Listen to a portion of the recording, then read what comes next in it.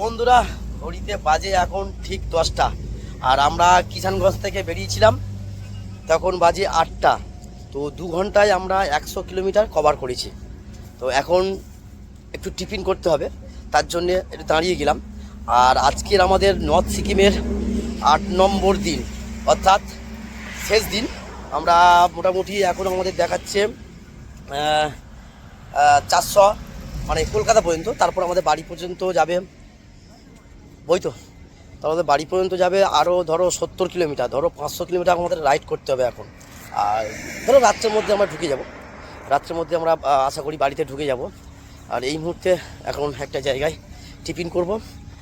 আর যেটা হচ্ছে, আর এখন সামনে আমাদের সামনে আমাদের মালদা টাউন, বেশি টাইম লাগবে না, ও 50 কিলোমিটার দেখাচ্ছে মালদা টাউন। আর আমরা এখন একটা জায়গায় ব্রেকফাস্টটা করে নেবো। আর এখানে দেখো, এটা 100 কিলোমিটার পুরো রান করা হলো। আর আজকের আমাদের নর্থ সিকিম রাইডের লাস্ট দিন, রাতের মধ্যে বাড়িতে। তো বন্ধুরা, অনেক দিন, মোটামুটি 8 দিন আমরা একসাথে মজা করলাম, ঘুরলাম ফিরলাম, প্রচুর আপলোড করলাম। সেই সব ভিডিও তোমাদের কাছে শেয়ার করব। নর্থ সিকিম রাইড যারা করতে চাও, তবে প্রচুর অফরোডিং, প্রচুর ভাবছো হয়তো খুবই সহজ, কিন্তু না, প্রচুর অফরোডিং, প্রচুর খারাপ রাস্তা, প্রচুর দুর্গম রাস্তা পার করে আমরা গুরুদম্বার 0 পয়েন্ট কভার করেছি। কিন্তু আজকে দুঃখের বিষয়, গুরুদম্বার বন্ধ।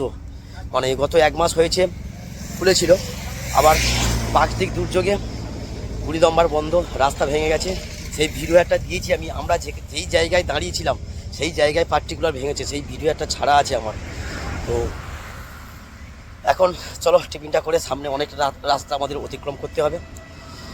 চলো, টাটা, ভালো থেকো, সুস্থ থেকো, বাই।